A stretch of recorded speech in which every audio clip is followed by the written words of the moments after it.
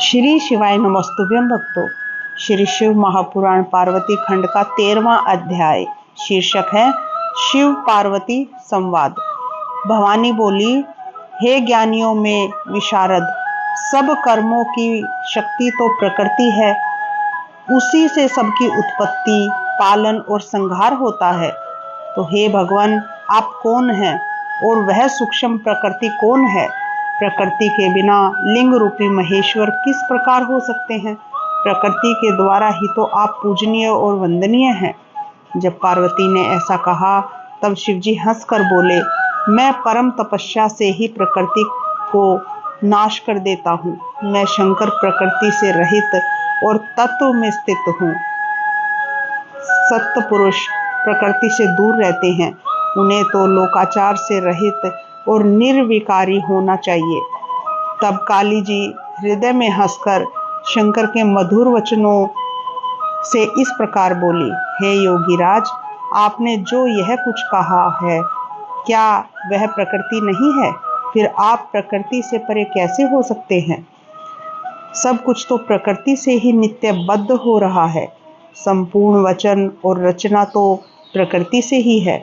सुनना, खाना, देखना, यह सब कुछ प्रकृति का ही कार्य है। यदि आप प्रकृति से परे हैं तो तपस्या क्यों करते हैं? यहाँ एकांत तप की आवश्यकता ही क्या है? प्रकृति से गलित हो आप निज को ही नहीं जान सकते, और यदि आप निज को जानते हैं तो तप की क्या आवश्यकता? यदि आप प्रकृति से परे हैं तो यहाँ मेरे समीप रहने से आपको कुछ भी वह नहीं करना चाहिए।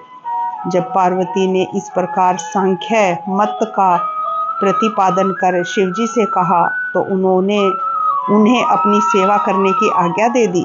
अब पार्वती नित्य अपनी सखियों के साथ भगवान शंकर के पास उनकी सेवा करने के लिए आती।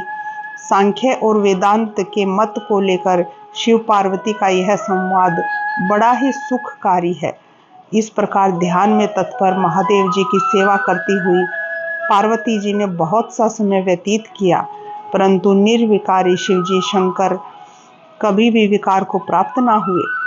तब ब्रह्मा की आज्ञा से इंद्र आदि देवताओं ने एक दिन कामदेव को वहां भेज दिया, परंतु शिवजी का मन नहीं डिगा। फिर उन्होंने कामदेव को ही भस्म कर दिया। यह देखकर पार्वती जी को का भी गर्व जो है वो चूर्ण हो गया। फिर तो उन्होंने बड़ी कठोर तपस्या कर शंकर जी को प्राप्त किया और तारकासुर से दुखी देवताओं का उन्होंने बड़ा उपकार किया। इस प्रकार श्री शिव महापुराण पार्वती खंड का 13वां अध्याय समाप्त होता है। श्री शिवाय नमस्तुभ्यं।